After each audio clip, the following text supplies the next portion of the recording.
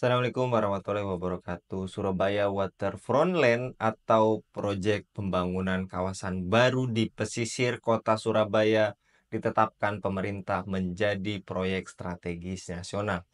Ide dari proyek SWL ini membangun sebuah kawasan waterfront city dengan tajuk Surabaya Baru, yang di sana akan membuat kawasan urban baru layaknya Pantai Indah Kapuk di Jakarta atau kawasan pesisir seperti di Singapura. Kawasan tersebut nantinya akan difokuskan untuk membangun sebuah kawasan pemukiman elit yang dipadukan dengan kawasan bisnis serta hiburan. Lalu di sini kita berpikir, kira-kira proyek ini untuk siapa? Apakah rakyat yang setiap hari mencari ikan di laut, atau rakyat yang berjualan ikan setiap hari di pasar, atau para pengayuh roda tiga legendaris alias tukang beca, atau untuk rakyat yang setiap hari memikirkan kira-kira berapa nilai tukar rupiah serta kondisi pasar saham. Pihak pemerintah membayangkan jika proyek SWL ini akan menciptakan pembangunan yang keren serupa Pantai Indah Kapuk minimalnya, lalu seperti Singapura maksimalnya. Karena di benak mereka pembangunan fisik masih menjadi indikator kemajuan, modernitas, dan berhasilnya suatu peradaban. Meskipun proyek tersebut sebenarnya tidak terlalu berdampak signifikan bagi kesejahteraan warga sekitar.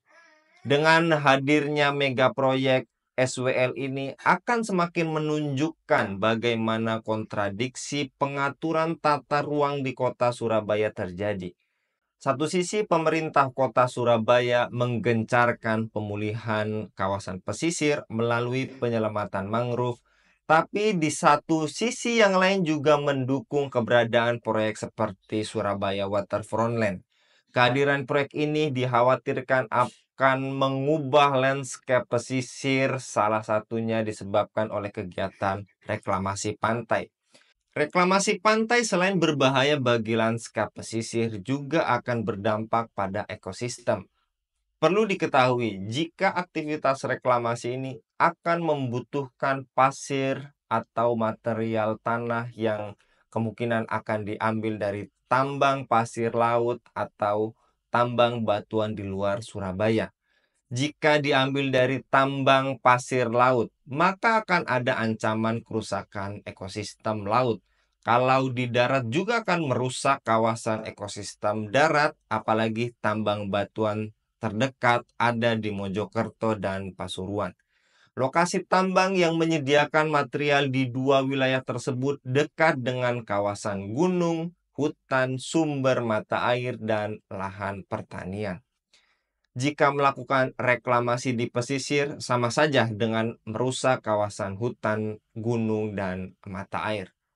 Ditambah daya rusak setelah reklamasi, seperti arus laut yang berubah, yang bisa kita saksikan terjadi di Jakarta Utara akibat reklamasi pulau buatan seperti Pulau G dan teman-temannya telah menyebabkan kawasan kampung di sekitar sering disapa banjirop serta mengalami abrasi cukup parah.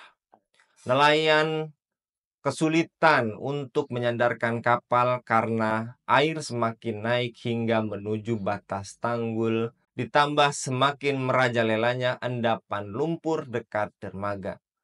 Lalu, jika terjadi bencana, nantinya siapa yang merugi? Jelasnya warga sekitar yang rata-rata adalah nelayan dan beberapa kelompok rentan. Sampai di sini, apakah sudah kita pahami kira-kira untuk siapa proyek strategis nasional Surabaya Waterfront Land? Dan kira-kira apa yang terjadi jika Surabaya Waterfront Land tetap dilanjutkan?